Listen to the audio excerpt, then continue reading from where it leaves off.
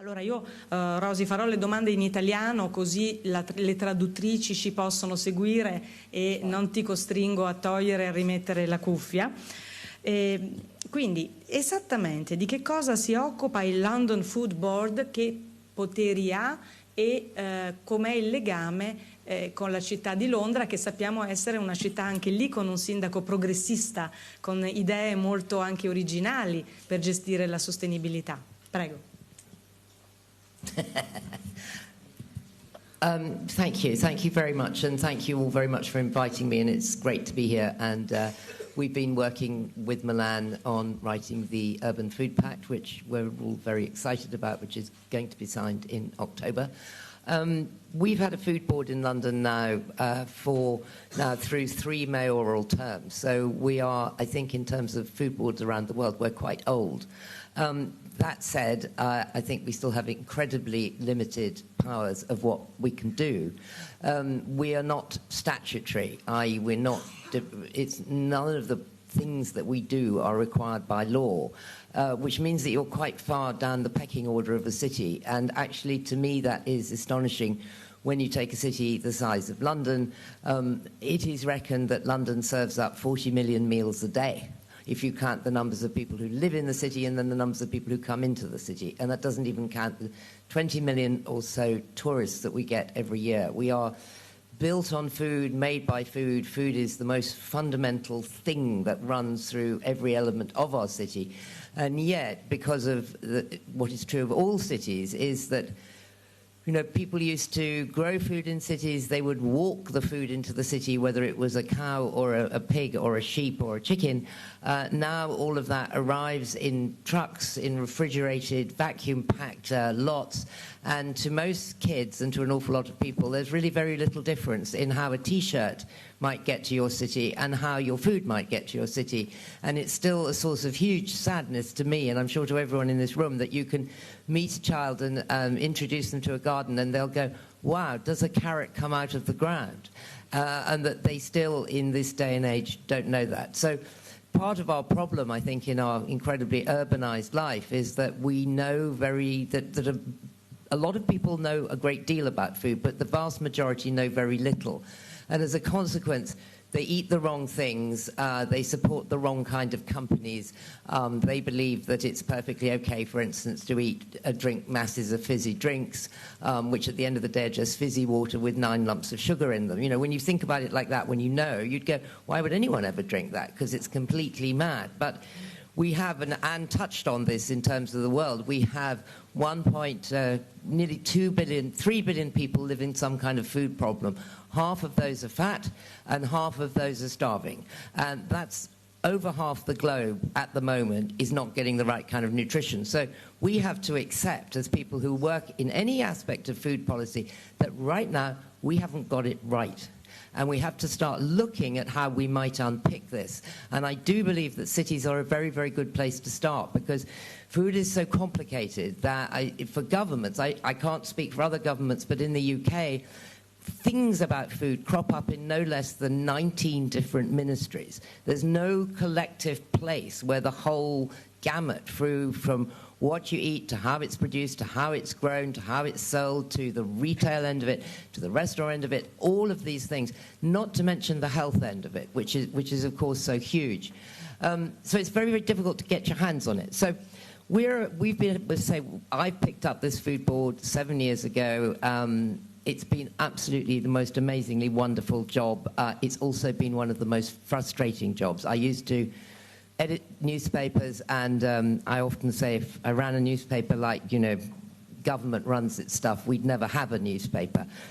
You want to get something done, and it's very difficult to get it done. But yes, we try to look at areas of sustainability, and yes, we try to look at right across the food board at all the aspects of food. But in the end, it breaks down. We do, and I'll let conversations with Laura maybe tease some of this out, but we have done huge growing projects in the city. We've created now over 2,500 community vegetable gardens, which involve 180,000 volunteers, 160 acres of the city that were rubble and are now growing vegetables. And the impact has been fantastic. Again, I wish I could scale that by a factor of 20, then really have a difference.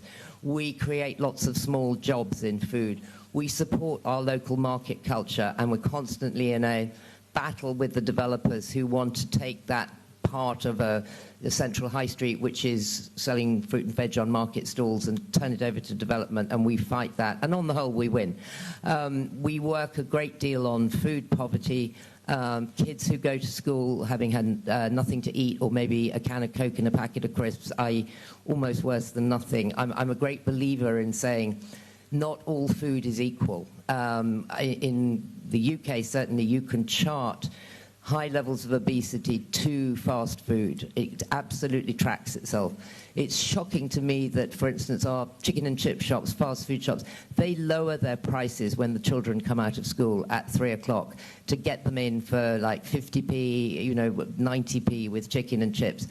And I have no means to stop this, and it both saddens and appalls me. Sorry, I can go on about food for hours. I'll stop now.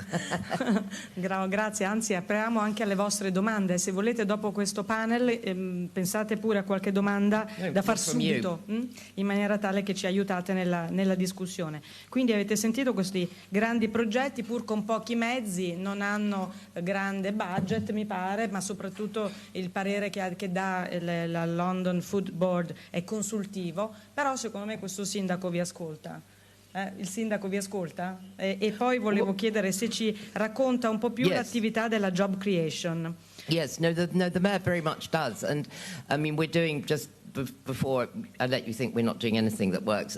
We are doing 2 huge projects around obesity at the moment. We've taken 2 London boroughs, and we're looking at doing what you call a complete systems change. I think that where food's concerned, we have to look at systems. Take a kind of analogy. Take the country of America, 270 million people, now with 40% of that population overweight or obese, dangerously obese. This has happened in 30 years. Do we assume that roughly 150 million people in 30 years suddenly lost their willpower, or do we say something different happened, something happened to the environment? And I think we have serious problems while we continue, and quite frankly, I think the food companies, a lot of the food companies, want us to believe this, and they will say, it's a question of individual responsibility. It's a question that you didn't work out what was good for you to eat. It's your fault. And while we perpetuate that kind of idea, we won't look at the system. And actually, the system has broken down around food. It's broken down because people no longer eat 3 meals a day, for instance, eat a kind of healthy, balanced diet. We've moved into a snack culture. We've moved into a culture where, quite frankly, you can find something to eat for pretty much every activity you're doing. There's popcorn for the TV, there's snacks for your car, there's snacks for your bedroom, you can eat 24/7. And so we have to look at the system, and this is where the role of the big food companies come in. However, as I say, I have very little faith in the big companies at the moment, because they are big capitalist blocks whose interest is sell more product made of increasingly cheaper ingredients, and that's what they do to please their shareholders. They're not doing it for the health of this planet. If we turned it around and said what's healthy for the planet and what's healthy for humans, that would not be the answer. I'm excited at the moment because I think that you were mentioning the Paris talks coming up. There's going to be a much greater squeeze on, especially I think and hope on the Western world, to cut our emissions. I think that we could use the regulations that are demanded to lessen CO2 to help move the food system along, because the beauty is that food that has lower CO2 is healthy food. It's local food, and it's seasonal food, and it's less meat. It is not processed food. It is not food that's traveled a long way. It is not food that has been produced by using masses and masses of fertilizers. In England, in the agricultural sector, 55% of the CO2 emissions come from fertilizers and pesticides. We don't need them all. There's lots of ways that we can start to say, let's work with the climate change lobby and at the same time reverse the food system. Seems a bit sad to me that we can't go in on health, but maybe we can't. Forse la situazione in Italia è meglio, noi abbiamo ancora la cultura invece dei 3 pasti al giorno, ci sediamo al mattino, molti di noi con i nostri bambini. You're very lucky. We are lucky. Yeah, hang on to it. Okay. Don't let it go. We've let it go. 40% of people in the UK do not have a dining room table. Wow.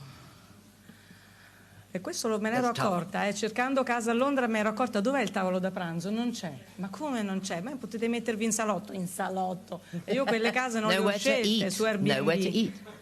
Dove si mangia qui? On your bed, on the sofa, or standing up in the kitchen, or sitting at a kind of kitchen counter on a stool. You know, it's very hard to know how we're going to get back to that nice, healthy eating. So, as Italians, you must preserve this as absolutely the last thing you do. Quindi la nostra dieta mediterranea può insegnare qualcosa all'Europa, il nostro stile di vita italiano piace, ricordiamolo quando comunichiamo l'Italia nel mondo, no? Dobbiamo essere orgogliosi, avete sentito, di essere italiani non solo per questo tema ma per molte altre cose del nostro stile di vita, di pensiero, di intendere il mondo, che insomma ci tiriamo sempre un po' giù ma poi alla fine l'Italian style viene sempre riconosciuto. Io invece sono un po' più ottimista poi sulla come dire, redenzione verde delle imprese alimentari, se non altro perché punto sulla convenienza. Io credo che ci sia, e lo vedremo nella ricerca dopo del Reputation Institute, una fortissima istanza da parte dei consumatori di prodotti più leggeri, più nutrizionalmente corretti, e le imprese, le grandi industrie stanno intercettando questa domanda del pubblico e stanno proponendo dei prodotti via via migliori. Quindi dipende anche da voi gruppi di pressione internazionali che alziate l'attenzione del pubblico su questi temi. Nel momento in cui l'attenzione del pubblico si alza e anche attraverso campagne di social media si riesce a far percepire che esistono queste istanze, allora anche le industrie via via miglioreranno la qualità del cibo. Almeno questo è quello che sta succedendo in Italia. Però ci torneremo dopo su questo, così continuiamo un attimo il discorso. Are your obesity levels and your health levels related to food, and for instance things like diabetes, are they coming down? Or are they rising? Where do figures like that stand? La percentuale di diabete in Italia? Io credo che si stia alzando, però in effetti dobbiamo anche noi promuovere una cultura alimentare. Ecco, quindi. I mean, I don't believe we will get there without some kind of regulation. I think you can look, I mean, we work quite closely with Tesco's and we look at their analysis. They've let us into their analysis of shopping baskets, and their view is very much that there's about 45 to 50% of the population who shop healthily. There's about 50 to 55% of the population who don't, and that it sort of doesn't matter what you do over there. Therefore, I think we have to make changes in the system which have to come at quite a high level and have to be seen as a health problem as well as social and economic and all those things that go with it. Grazie, ecco perché anche noi comunicatori, voi come comunicatori, noi come media dobbiamo alzare il livello della discussione su questi temi e parlare in modo più informato, senz'altro.